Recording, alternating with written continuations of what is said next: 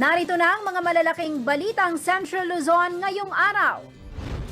Pagpapatigil sa Manila Bay Reclamation Project, panawagan ng mga apektadong mangingisda sa Bataan.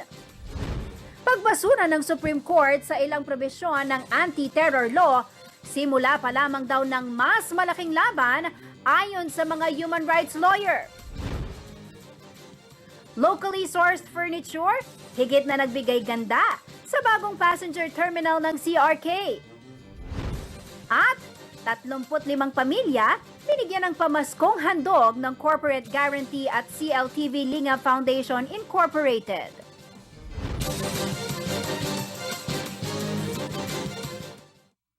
Magandang gabi ka rin iyon. Ako po si Jennifer Salenga. Oras na para sa mga mainit na balitang Central Luzon.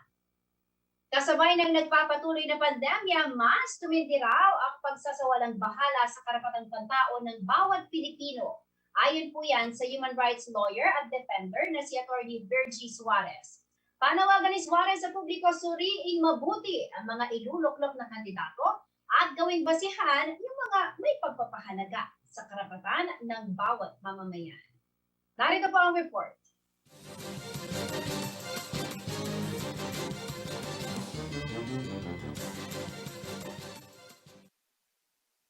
Ngayong December 10, ginugunita ang International Human Rights Day alinsunod sa Proclamation No. 347 na pinirmahan noong October 21, 1952 ng nooy Pangulong Elpidio Quirino. December 10, 1948, ang Universal Declaration ng Human Rights ay pinagtibay ng United Nations General Assembly at isa ang Pilipinas sa signatory na minsang nagdeklarang paninindigan ang karapatang pantao at ang dignidad ng tao. Pero yung pinakasimpleng definition sa tingin ko ng human rights, ito yung the human rights that make us human. Diba? Ito yung pag inalis mo sa kanya, inaalis mo na yung buong dignidad, yung buong pagkatao, yung humanity mula sa isang tao. Ayon sa human rights lawyer at kay sa chairperson na si Atty. Virgie Suarez, napakalawak daw ang kahulugan ng human rights. Halimbawa, para maging isang tao na may dignidad, dapat ito ay may karapatan sa trabaho, karapatan sa kalusugan, karapatan sa mapayapang tirahan, sariling bahay, malusog na kapaligiran, karapatan sa tubig at marami pang iba. Mayroon din daw political rights na tinatawag gaya ng karapatang magsalita, karapatang magpahayag o ang freedom of expression at karapatang kumilos. Ang lahat ng ito batayang pangangailangan ng tao para mabuhay ng may dignidad. Ang mga karapatang ito dapat raw pinoprotektahan at isinusulong. Ngunit ayon kay Suarez, tila nalimutan na ng maraming institusyon at leaders ang halaga ng ating mga karapatan na siyang nagiging sanhi ng paghihirap ng tao. Halimbawa ngayong pandemya, marami raw ang naging paglabag sa karapatang pantao ayon kay Suarez. Pinakamalaking na-expose dito ay yung talagang kapabayaan sa karapatang pangkalusugan ng mamamayan. Dito talagang nakita natin kung paano di ba, ang maraming namamatay talaga, ang maraming nakulong, ang maraming naapektuhan na walang ng trabaho dahil sa pandemya ay mga mamamayang mahihirap. Diba? Halimbawa, yung mga simpleng, sige, kailangan ng social distancing. Paano magkakaroon ng social distancing, diba, sa isang lugar, sa squatters area, kung saan mga dingding lang ang pagitan. Na-expose din dito yung sobrang kakulangan natin sa doctors and nurses. Ang mga frontliners na itinuturing na bayani ngayong panahon ng pandemya, pinagkakaitan din daw ng kanilang karapatan. Ang dami nang namatay ng mga health workers ni hindi nakakuha ng hazard pay at ng risk allowance. Nagrally na ang mga nurses, ang mga doctors, hindi pa rin. May isa tayong nurse na namatay. Hanggang sa kanyang pagkamatay, hindi mo na nakuha ang kanyang hazard pay. At nung tanggapin niya ang kanyang hazard pay at risk allowance, tanggapin ng family, lalabas 60 pesos per day. At maging ang itinuturing na pinaka-basic na pangangailangan ng tao, hanggang ngayon, patuloy na suliranin ng mga Pilipino, lalo na raw ng mga mahihirap. Paano kung magiging malusog, sunshine, kung wala kang tubig? Pumunta ka sa mga squatters area, yung gripo, bibilin mo ang tubig. Basic yun. Paano ka magiging malusog kung wala kang sariling bahay? Paano ka magiging malusog kung dikit-dikit ang bahay mo o nakatira ka sa isang 18 square meters na bahay? Ito raw ang realidad na nangyayari, kaya ito rin ang dahilan kung kaya't may mga organisasyong nagtataguyod ng karapatang pantao at kumikilos upang ipaglaban ang karapatang nararapat sa bawat Pilipino. Ayon pa kay Suarez, ang nakalulungkot, may mga Pilipinong mali umano ang interpretasyon sa mga pagkilos na kanilang ginagawa. Kailangan daw talagang lubusang ipaunawa sa bawat tao ang karapatang pantao na kanilang pinaglalaban. Na-vilify ang human rights simply because the human rights defenders are vilified by this administration. Yung ang nangyari, parang ang mga human rights defenders, ang tingin ng gobyerno ito, ang problema, kasi sila yung nagrarally, sila yung nagpo-push at nagbibigay ng boses sa mga mamamayang walang boses. No? Kaya sila yung sinisira ng administrasyon na ito. Kaya tuloy, na-vilified na para bang kung tinitira niyo lagi ang gobyerno, napaliit, napakitid, o pinakitid, pinaliit ng administrasyon na ito, yung pagtingin ng tao sa human rights. Pero tayo dapat talaga, ang tutukan natin, yung mga karapatan, especially economic, na malapit sa bituka ng ordinaryong tao para mapaintindi mo sa kanya ang iba pang karapatan katulad ng mga political rights, cultural rights, socio-cultural rights, para mapaintindi mo sa kanya, dapat din talaga mauna yung pinakamalapit sa kanyang bituka. Kaya naman ang papalapit na eleksyon, pagkakataon daw upang palitan ng mga politikong wala namang mabuting ginawa para sa mga Pilipino at sa kanilang karapatang pantao. Dagdag pa ni Suarez, hindi natatapos sa pagboto ang responsibilidad ng mamamayan. Sa panahon ng eleksyon, lalo na pag nakatapos ng eleksyon, dapat ang tao ituloy-tuloy, no? Reminding the government na ito yung dapat yung gawin kasi ito yung mga karapatan natin. At ang dapat, hindi mawala yung bang kaisipan na, at ito nasa constitution naman natin, na yung nasa gobyerno, ang dapat ang naglilingkod sa mamamayan. Hindi yung mamamayan para maglingkod, maging tagasunod sa nasa gobyerno. Mahalaga rin daw na bitbit na mga humahabol na politiko ang human rights agenda. Dapat suriin natin, maging mapanuri tayo, maging critical tayo. Suriin talaga natin, dapat meron tayong pamantayan at napakagandang pamantayan ang human rights agenda. Lahat na may kinalaman sa butika, hindi sabihin kalusugan. Kasi yan yung mga inaalala natin at therefore, pag in-address ng government, yan din ang makakapagbigay ng kapanatagan sa atin. Jennifer Salenga, CLTV News. Kasabay ng Human Rights Consciousness Week, isang fluvial protest ang isinagawa ng ilang mga mangingisda sa Bataan upang tutulan ang Manila Bay Reclamation Project. Giit ng mga mamamalakaya na dapat lamang na huwag nang gambalain ang karapatan o ang karagatan dahil ito lamang ang kanilang hanap buhay. Si Rainiel Pawid ang may report.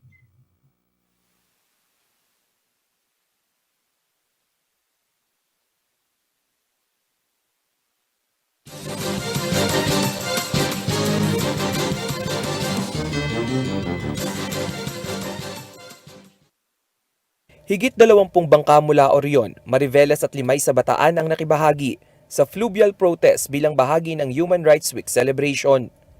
Pinangunahan ng nasabing kilos protesta ng Pangisda Bataan, isa sa mga tumututol sa Manila Bay Reclamation Projects at offshore seabed quarry sa kanilang lugar. Ito umano'y pagtatanggol sa karapatan sa kabuhayan para sa katulad nilang maliliit na mangingisda.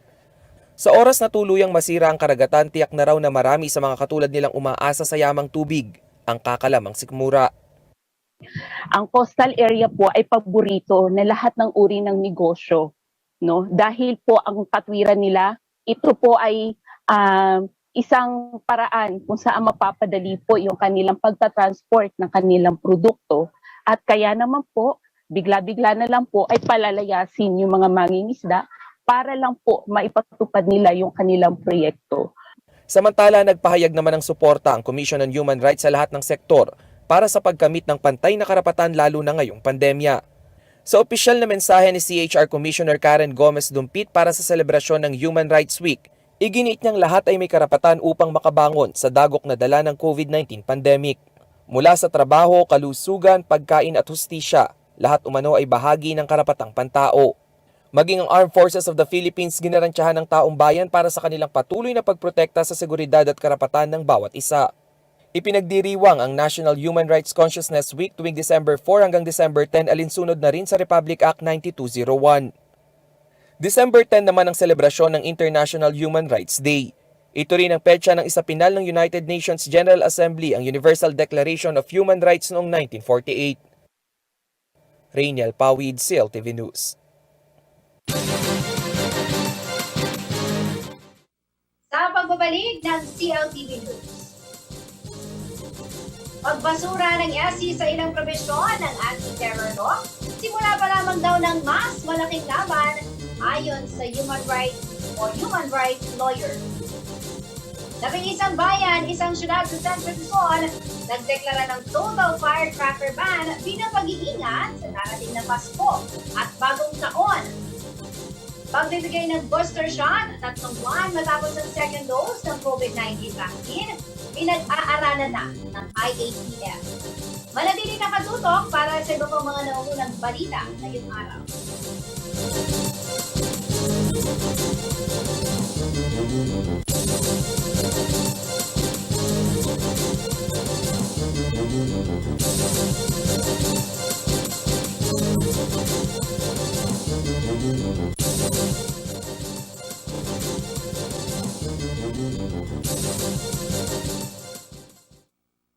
Nagbabalik ang CLTV News at sa iba pa mga nangungunang balita, hindi raw sapat ang naging desisyon ng Korte Suprema na ilang provision lamang ng kontrobersyal na anti-terrorism law ang naideklarang unconstitutional. Ito ang pahayag ng nagkakaisang samahan ng mga human rights lawyer na naghain ng petisyon laban sa nasabing batas. Ayon sa grupo, nakahanda silang muling ipaglaban na may basura ang buong batas na sumisikil umano sa demokratikong karapatan ng bawat Pilipino. Narito po ang report.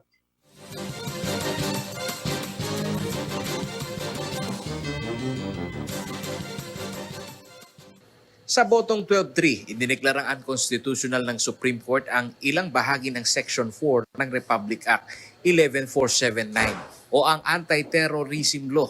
Ayon sa kataas-taasang hukuman, hindi maituturing na terroristic act ang advokasya, protesta, welga, rally at iba pang gawain na bahagi ng civil at political rights. Hindi rin pinaboran ng mahistrado sa botong 9-6 ang pagbigay ng kapangyarihan sa Anti-Terrorism Council na kaagad ideklarang terorista ang isang tao o organisasyon. Patay na rin sa definisyon ng iba pang nasyon o maging ang United Nations Security Council na inilabas ng korte ang desisyon nitong Huwebes, December 9, 2021. Ngunit para sa mga nagkakaisang human rights lawyer, kabilang na si Attorney Nery Colmenares na isa sa mga petitioner, bitin raw ang naging desisyon ng kataas-taasang hukuman. Ito, motion for reconsideration, ang aming pinag-uusapan sa aming petisyon dahil hindi pwedeng payagan ang ganitong klaseng desisyon na unchallenged. Ayon kay Colmenares, sa mga probisyon na direktang pinuna ng Supreme Court na hindi kailanman maidedeklarang terorista ang mga nagrarally at pumupuna sa social media, isang indikasyon anya ito na kinikilala ng mataas na hukuman ang karapatan ng bawat individual na magpahayag ng damdamin. Itong desisyon ng Korte Suprema na nagsasabi na ang civil rights, pag-exercise ng constitutional rights, rally, protesta, paglabas ng mga hinaing sa Facebook ay hindi sakop ng terorismo.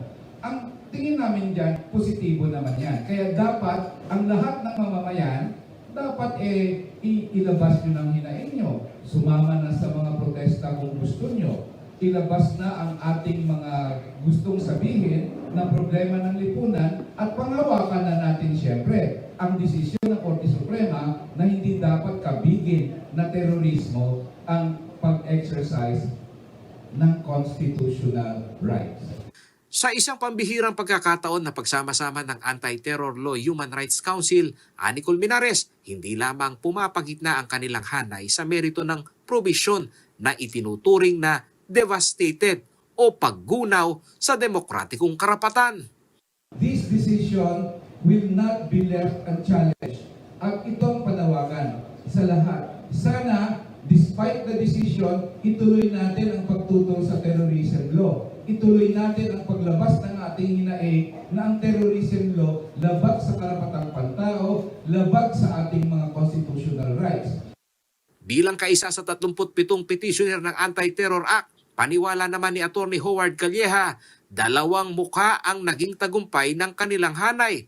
Una, ang procedural na dininig ng Korte Suprema ang kanilang petisyon. Bagamat unsatisfied anya ang kanilang hanay sa limitadong probisyon na idiniklarang unconstitutional, ito na umano ang simula ng kanilang mas magandang legal battle sa batas na mula sa konsepto ay questionable.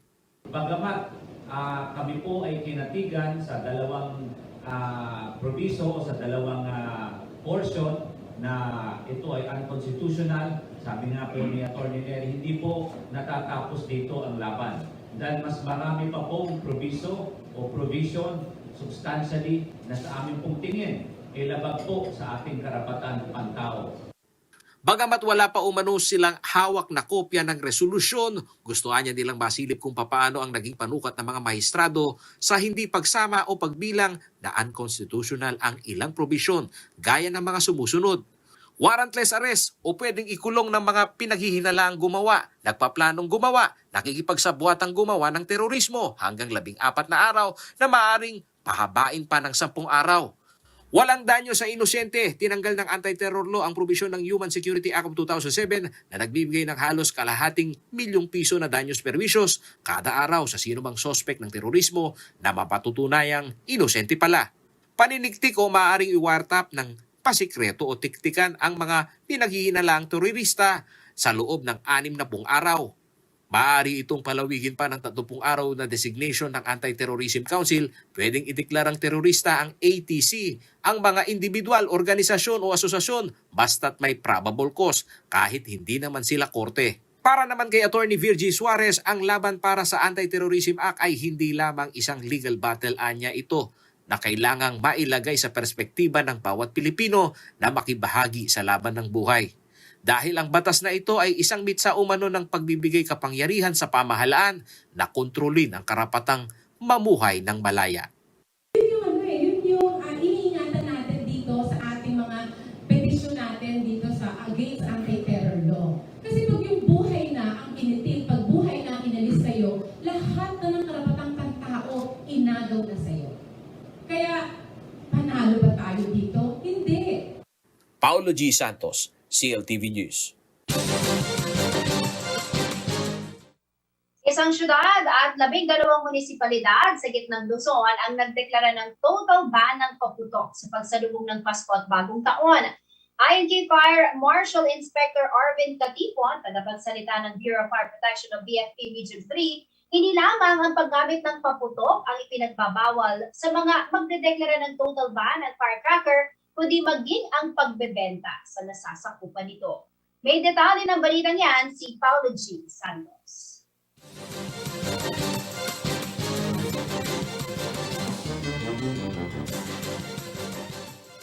Sa nakalipas na 3 Pasko at Bagong Taon, consistent daw si Guagua Pampanga Mayor Dante Torres sa pagpapatupad ng total firecracker ban sa kanilang bayan. Ayon kay Torres, ito'y paunti-unti na umanong natatanggap ng kanyang mga kabalin, lalo't ngayong pandemya na mahalaga ang bawat sentimo na ginagastos ng pamilyang Pilipino. This is the third time na, no? Kasi nga nakikita natin, una-una, pandagdag gastos, no? Pangalawa, yung posibleng epekto, yung mga na-hospital, nasusugatan, no? And then, parang, ano ba yung makukuha natin? Batay sa executive order nito na ultimo ang pagbebenta ng paputok ay bawal sa Guagua. Anya, hindi maikakatwiran ng kanyang mga kabalin na nagnanais na maging retailer ng paputok na wala silang opsyon na ibang produktong ibebenta sa Pasko. Reasonably naman anya siya sa mga nasa industriyang ito. Ngunit higit umano niyang pinakikitunguhan ay ang epekto sa mga nabibiktima ng paputok na taunang nakikita sa bansa. Actually, yung mga retailer, before pa, pinagsabihan na namin, no? Para hindi din sila mamunan. Pwede sila mamunan sa mga Christmas gift, no? O kaya mga pagkain. hindi naman namin sila pinerwisyo na on the spot na nakabili na sila ng mga paputok, bigla namin ihinto. Siyempre, i-discipline din namin yung mga puhunan nila na ginastos nila. Kaya in advance pa, yung mga every year na nag-apply ng mga paninda ng paputok, sinabihan na namin na this year, hindi tayo magtitinda at pagbabawal natin. Sa 19 na munisipalidad ng Pampanga ayon sa Bureau of Fire Protection o BFP Region 3, nag-iisa ang bayan ng Guagua na nagpapatupad ng total firecracker ban. Bukod sa Guagua, 10 bayan at isang syudad sa Central Luzon ang nagpapatupad ng total firecracker ban. Ito ang Hermosa Bataan, Maribeles Bataan, Laur Nueva Ecija, Talugtog Nueva Ecija, Bamban Tarlac, Moncada Tarlac, San Clemente Tarlac, Santa Ignacia Tarlac, Victoria Tarlac, Anao Tarlac, San Manuel Tarlac at ang Olongapo City sa Zambales. Ayon sa tagapagsalita ng BFP Region 3 na si Fire Marshal Inspector Arvin Katipon, panawagan nila sa mga lokal na pamahalaan na walang firecracker ban ang maagang maiposisyon ang lugar para sa mga magbebenta ng paputok. Kailangan maikonsidera na malayo ito sa residential o commercial area. Sa open area, malayo sa malayo sa mga main thoroughfare natin, and hindi siya malapit sa mga residential areas din natin, ano. Usually the local government units will provide spaces sa kanila nasa mga parks malapit o yung sa may mga malapit sa mga bodies of water din. Alam mo 'yun. Tapos may mga naka standby din na yung LGU na rin nagpo-provide nito. May mga naka-standby sila na drum dyan at saka mga drum na may laman na tubig saka ng na buhangin din mismo. Mayroon umanong 85 LGU sa Central Luzon ang wala pa rin umanong kaukulang ordinansa sa pag-regulate ng bentahan ng paputok. Ayon sa PNP, patuloy ang kanilang isinasagawang dialogo upang ang konsultasyon mula sa kanilang hanay ay makapagbigay ng gabay sa pagbalangkas ng batas. Lalo na't ang pagsalubong ng Pasko at Bagong Taon ay panahon din ng serye ng sunog at aksidente na pinag-uugatan ay ang mababang kamalayan sa epekto sa kalusugan sa paggamit ng paputok. Paulo G. Santos, CLTV News. Kinukonsidera na raw ng gobyerno ang pagbibigay ng booster shots 3 buwan matapos matanggap ang ikalawang dose ng bakuna. Ito po ang inanunsyo ni Health Secretary Francisco Duque III ngayong araw. Ayon kay Duque, tinitignan na raw ng mga health expert kung ang pagbibigay ng booster shot ng mas maaga sa inirekomendang 6 na buwan na pagitan matapos ang second dose ay makatutulong upang mas mapaigting ang level of protection laban sa COVID-19. Partikular na nagmo-monitor daw sa sitwasyon ang vaccine expert panel. Dito pag-aaralan ang comparative advantage ng pagbibigay ng booster shot ng mas maaga. Sa kasalukuyan, ibinibigay ang booster shots 6 na buwan matapos makakumpleto ng 2 dose ng bakuna, maliban sa mga naturukan ng single shot vaccine na Janssen. 3 buwan matapos ang maturukan ng Janssen, maaari na itong sundan ng booster shot. Sa iba't ibang lugar sa gitnang Luzon, puspusan na rin ay sinasagawang booster shots. Bukas na ito sa mga adults o edad 18 pataas, ngunit prioridad pa rin ang healthcare workers, senior citizens at ang mga individual na may comorbidities.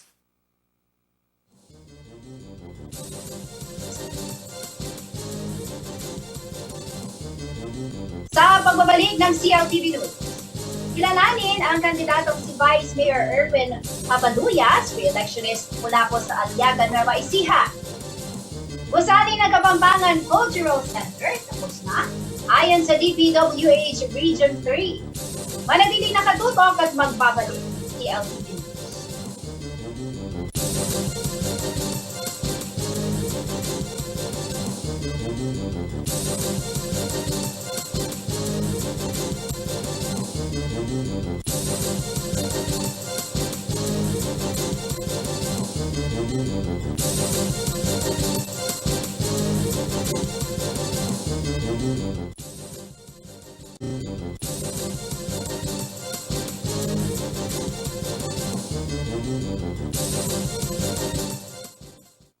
Nagbabalik po ang CLTV News. Para sa ating kilalanin ang kandidato segment, ang ating pong bisita ay naging two-termer secretary ng Liga ng mga Barangay sa Nueva Ecija Chapter, two-termer president ng Liga ng mga Barangay Aliaga Chapter at punong barangay ng San Juan Aliaga, Nueva Ecija.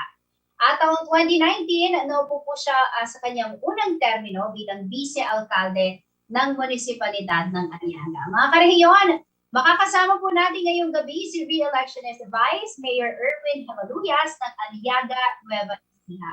Magandang gabi po sa inyo, Vice. Welcome po sa CLTV News. Magandang gabi po sa aking po mga kababayan sa Bayan Aliaga, sa aking mga karehiyon at sa inyo po sa CLTV 36, kay Jennifer Salenga, magandang gabi. At maraming salamat sa pagbibigay ng pagkakataon para makapanayan nyo ngayong gabi na ito.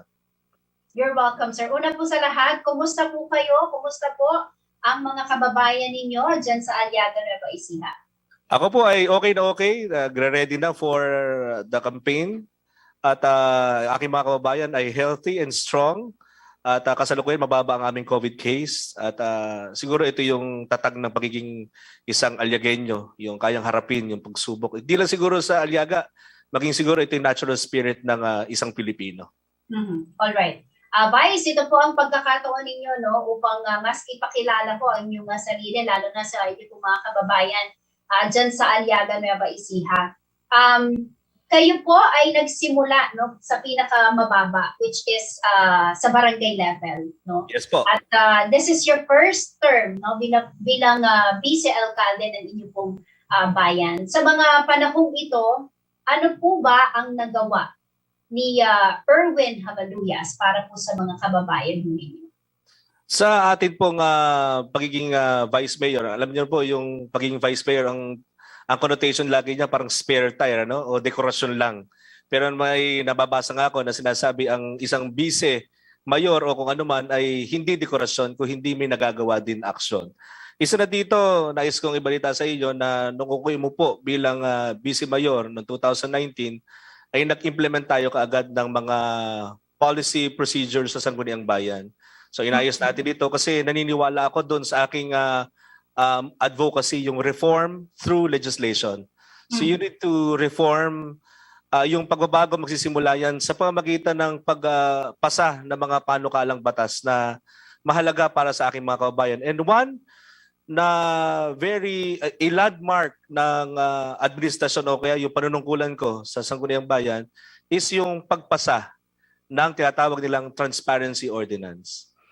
This is parang mahalaga ito sa isang gobyerno sapagkat medyo sensitive ang gobyerno pag pinag-uusapan ng transparency, being transparent.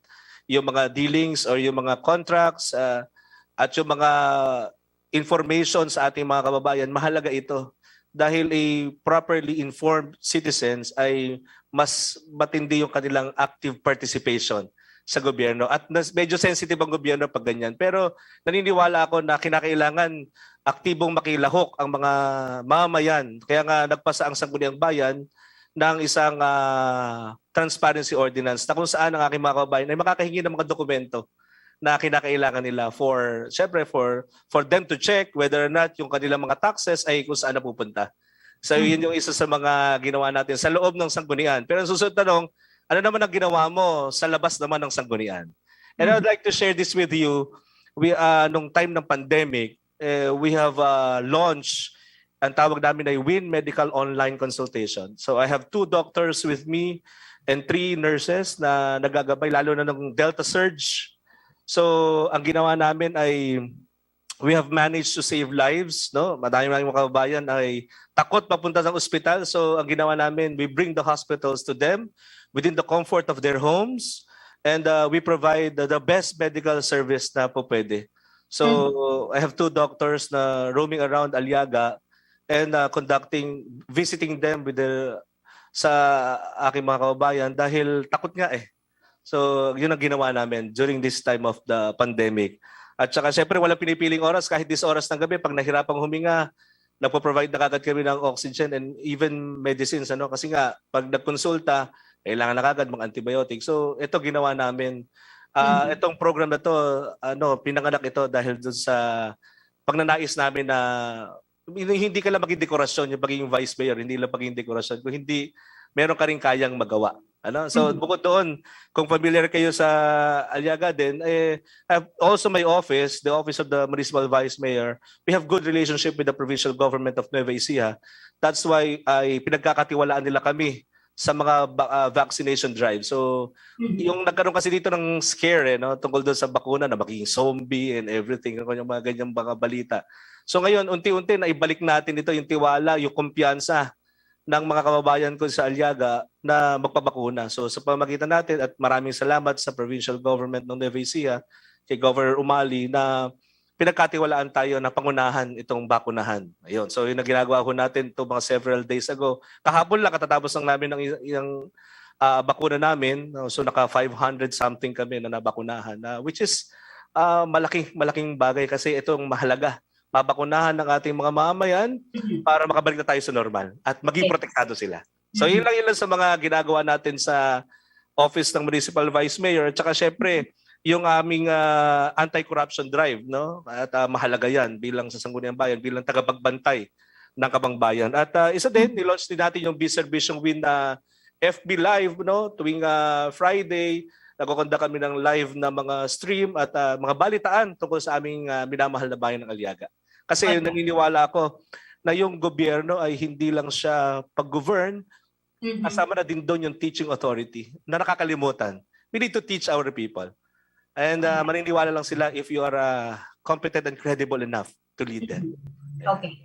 Vice, mukhang hindi pa sapat yung unang termino, no? Ano po yung nagtulak po sa inyo para ituloy pa ang inyong pagsiservisyo, humabol pa dito po sa 2022 elections bilang Vice Mayor ng Aliaga? Marami pa tayong mga kinakailangang ipasa na mga ordinansa at mga resolusyon para sa ating minamahal na bayan ng Aliaga. Hindi pa sapat yung isang termino para ma-accomplish ito sapagkat the task is so great, no? Malaki pa rin. At kinakailangan siguro na mailid natin itong munisipyo na stable yung Sangguniang Bayan. Kasi for several years, nakakaroon kami ng mga problema dito ng legal and we need a stable Sangguniang Bayan to lead sa progress ng isang munisipyo. Hindi kasi po pwede na mag-implement ka. No? So lahat ng ito, umiiral ito sa batas. No? Kung ano yung mahusay na panukala, yun ang nagdadrive sa progress ng isang bayan. Kaya nga, ang sabi ko kanina, reform through legislation. So kung ano isusubo mo, yun susunod naman ng tao. Pero gusto nilang makita na credible yung manunungkulan. So sa Sanggunian nangyayari yan. At we are very transparent sa Sanggunian. Actually, we have now opened the Sangguniang Bayan, yung aming online, yung mga session namin naka-online para makita nila, ganito pala yung mga Sanggunian, no? Ganito pala yung trabaho, hindi pala kami gumagawa ng waiting shed o nagpapagawa kami ng mga kalsada. Ang trabaho pala namin is mag-session. So kasi siyempre mahalaga yon dahil representation yon ng ating mga kababayan sa Sangguniang Bayan. Yeah. Sa unang termino ho ninyo, Vice, ano pa ho yung sa tingin ninyong pangunahing problema ng inyong pong lugar, no? Na tulad nga po ng nabanggit nyo kanina, nangangailangan ng legislation, no? At kung kayo ho ay muling pagbibigyan, ano po ang magiging prioridad ho ninyo, no? Para malaman ho ng inyong mga kababayan. Ang prioridad ko ngayon ay anti-corruption drive mechanism. So kasi nagkakaroon kami ngayon na actually we have now a deadlock situation here in Aliaga. Meron kaming mga kasuhan na nangyayari dito, mga suspension sa municipal mayor, at saka may iba pang mga issues about the budget at saka sa mga attendance sa mga department heads and everything. So kinakailangan maayos ito through a proper legislation katulad ng isang ordinansa na magsa-safeguards ng pondo ng aming mga kababayan na hindi basta-basta mailalabas. So ito kasalukuyan namin pinag-aaralan.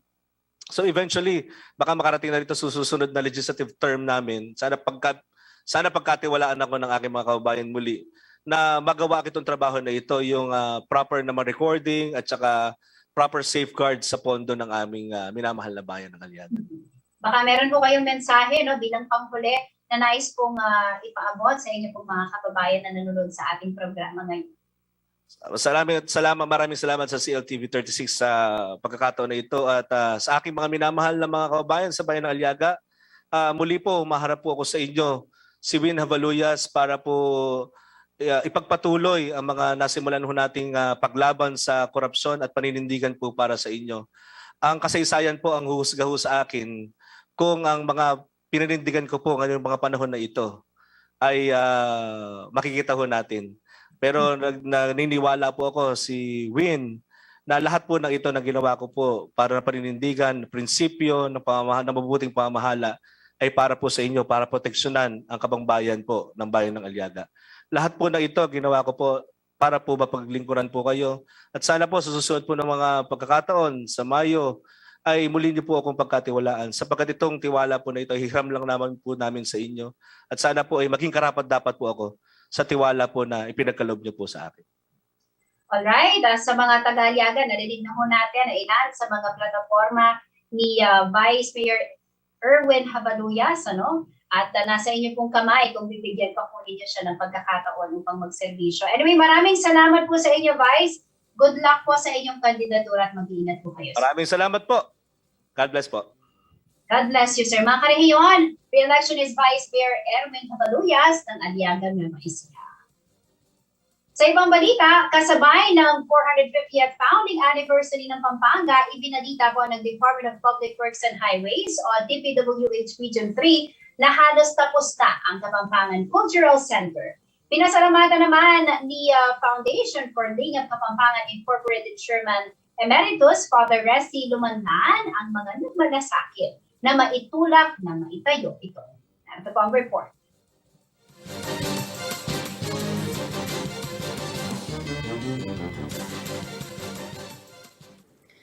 Kahit na panahon pa ng pandemya nitong nakalipas na taong 2020, nagpatuloy ang panawagan ng Foundation for Lingap Kapampangan Incorporated na maipatayo ang Kapampangan Cultural Center dito sa siyudad ng San Fernando, Pampanga.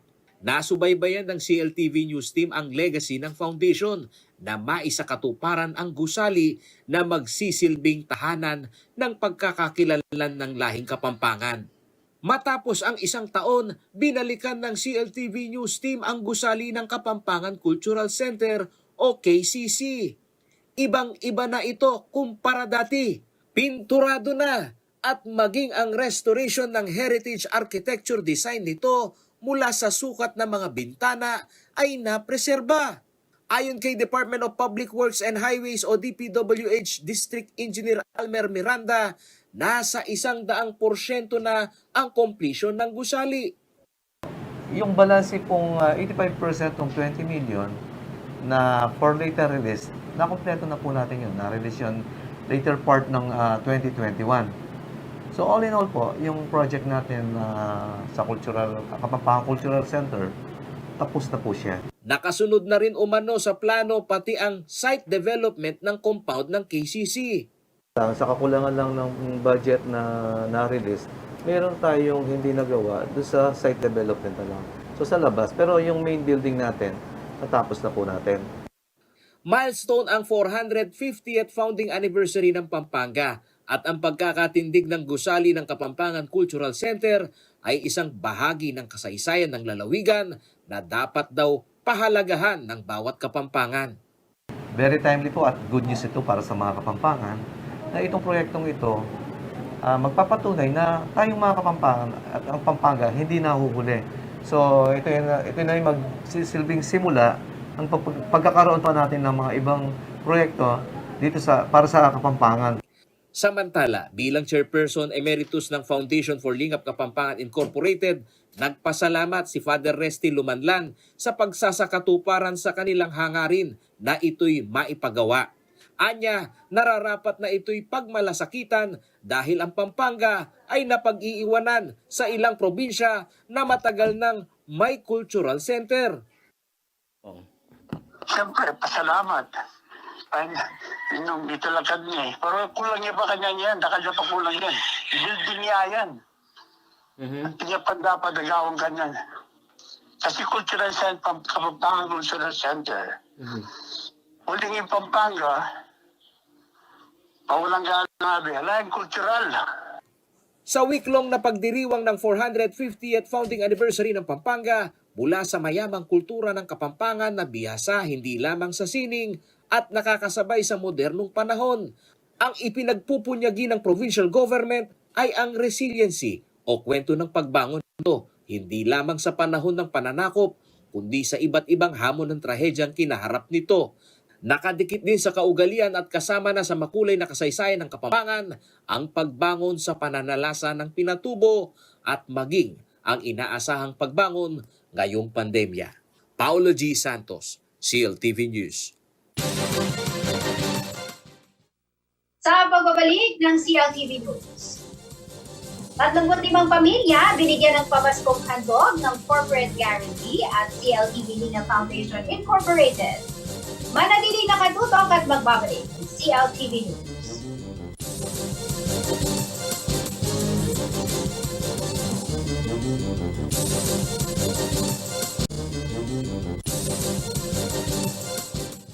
Nagbabalik ang CLTV News. Namahagi po ng pamaskong handog ang corporate guarantee at CLTV Linga Foundation Incorporated sa higit 30 pamilya na bahagi ng Dolores Riverside Urban Poor Association sa Mabalacat City. Lubos naman ang pasasalamat ng mga benepisyaryo dahil may tatawid na raw ang kanilang pang-Noche Buena. Si Reniel Pawil may report.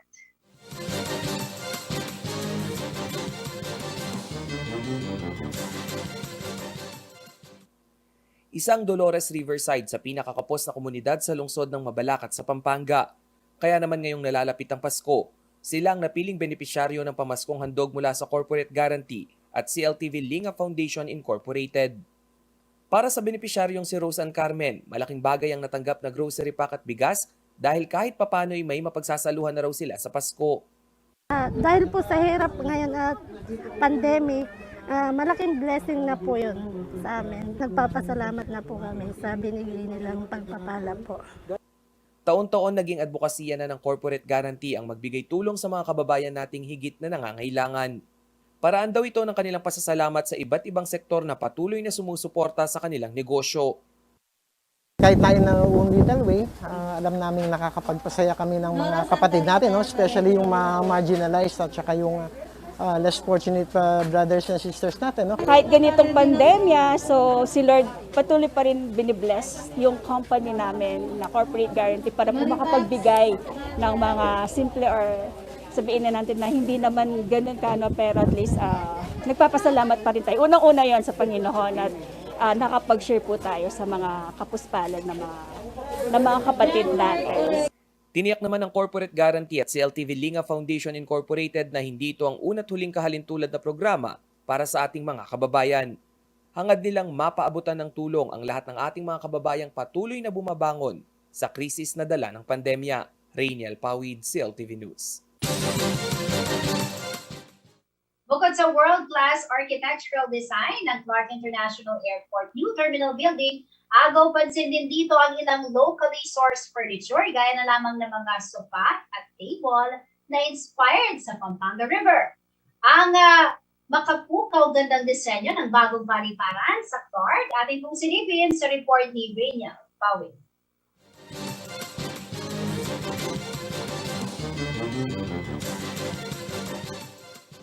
Asia's next premier gateway. Ganyan ilarawan ng pamahalaan at maging ng ibang sektor ang bagong passenger terminal building ng Clark International Airport. Hango sa ilang scenery sa Pampanga at iba pang lugar sa gitnang Luzon ang disenyo ng terminal. Mula sa mga bundok, dagat at maging lahar, lahat ng yan kinuhanan ng inspirasyon. Ang fasad ng gusali isinunod sa mga bulubundukin ng Zambales at maging ng Mount Arayat. Habang sa loob naman ng paliparan makikita ang mga disenyong nakapattern sa Bulkang Pinatubo at sa Cubia River. Siyempre, hindi rin daw makukumpleto ang Pampanga experience kung walang isasabit na mga parol. Habang ang ilan sa mga muebles gaya ng upuan na ito ay locally sourced at proudly Pampanga made. So this furniture is from JC Soliman Design Group or JCS Design Group. It's in Pampanga. As you said, their facility is in Kutkut, Pampanga. Gawa ito sa ratan at pinangalan ng Daragus Danum o Flowing Water. Ang paalon nitong disenyo ay hango sa tubig ng Pampanga River. Ang mga rounded green seats naman ay representasyon ng endemic lilipad sa rehiyon. Habang ang mga elliptical wooden table ay hango sa hugis ng mga bangkang bumabaybay sa Pampanga River. So they have to design it in such a way that it will merge very nicely.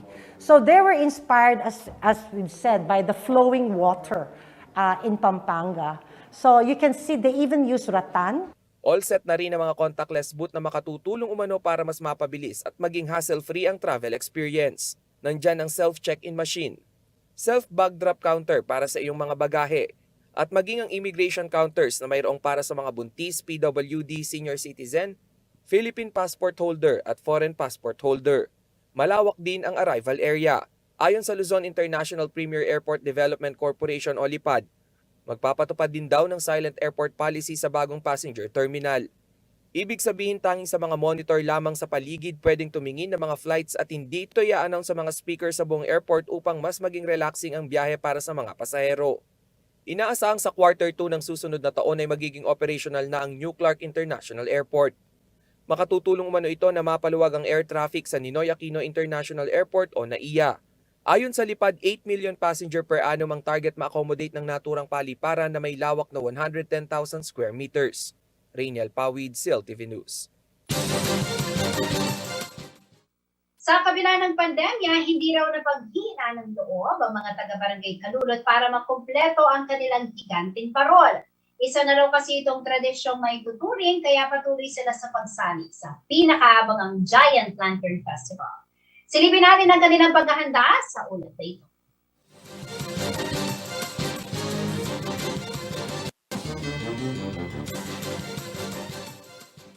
Habang papalapit ang Giant Lantern Festival, kanya-kanya ng pagpapakitang gilas sa mga barangay na kalahok sa pinakaabangang pagdiriwang sa siyudad San Fernando, Pampanga. Ang Barangay Kalulot, hindi raw magpapahuli.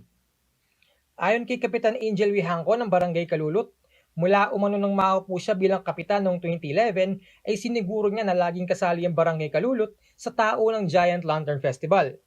Dagdag pa niya, sobrang proud siya sa kanilang mga higanting parol taon-taon dahil muling nakilala ang kanilang barangay. So hanggang ngayon, sumasali kami. Yung proud ko, yun. Talagang proud dahil nakita naman ng Barangay Kalulot, nakita dito sa Ciudad San Fernando kung gaano siya progresibo ngayon. Isa pa, dahil nga dito sa Giant Lantern, nakilala ulit ang barangay namin, Barangay Kalulot. Ayon pa kay Wihangco, kahit na exhibition lamang ang Giant Lantern Festival ngayong taon, ay sumali pa rin sila dahil ito ay isa ng tradisyon sa siyudad ng San Fernando. Agosto pa lamang ay sinimulan na nilang gawin ang higanting parol ng Kalulot. Naging challenging umano ang paggawa nila ng higanting parol ngayong taon. Hindi kasi pwedeng sabay-sabay magtrabaho ang mga gumagawa sa parol dahil kailangan pa rin umanong sumunod sa mga safety protocols. Sa kabila nito, ay proud pa rin umano si Teddy Aguilar sa kanilang nagawang Giant Lantern. Siyempre, gawang Fernandino, proud na proud. Kasi tayo lang ang may mga malalaking Giant Lantern. Tiniyak din niya na may mga bagong pakulong makikita ang mga manonood sa Giant Lantern ng Barangay Kalulot ngayong taon. Abangan ang higanting parol ng Barangay Kalulot sa nalalapit na Giant Lantern Festival 2021, 5 p.m. Live na mapapanood sa CLTV. Live naman po ito sa CLTV 36. Kahit po hindi competition ito, exhibition lang, pero pinagandaan po natin. Siyempre ayaw din natin maging kulela tayo kahit na walang competition ito. Pero asahan po ninyo na masisiyahan kayo sa panonood dito sa Giant Lantern Exhibition dito ngayon sa 2021. Marian Lozano, CLTV News. At yan ang mga balitang nakalap ng CLTV News. Kasama po ang buong pwersa ng CLTV News and Current Affairs. Ako po si Jennifer Salenga. Maraming salamat po mga kariyon. 15 days na lamang po at